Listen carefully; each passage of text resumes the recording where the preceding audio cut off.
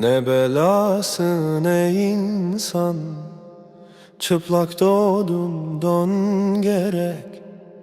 Ak süt emdin büyüdün, ağlıyorsun an gerek. Atan hoşnut olmaya, annen mehrin salmaya, yedin dedin bilmeye, okura Kur'an gerek.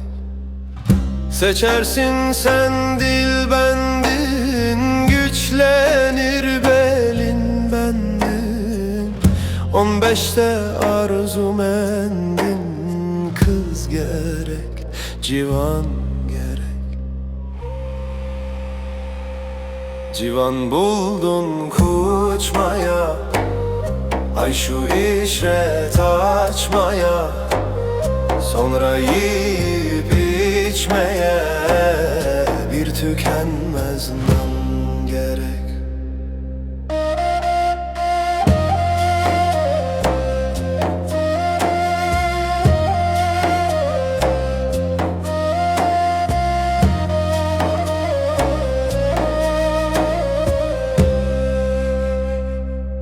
Gönlün incitip halkın, hoşnut etsen özhulkun.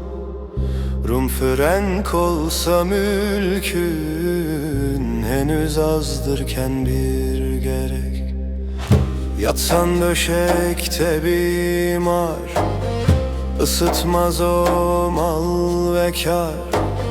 Zer döksen har var har var, göze ilmez can gerek. Dua iler göğe erir, yağmurla yer göğerir. Er odur dua alır, yerlere baran gerek. Ecel gelir akılda yok, görmek ayda yılda yok. Hiçbir şeyden fayda yok, bir nur iman gerek. Mahtum kulu söyleyen, nice sırrı gizleyen, bir mana fehmeyleyen, akıllı yaren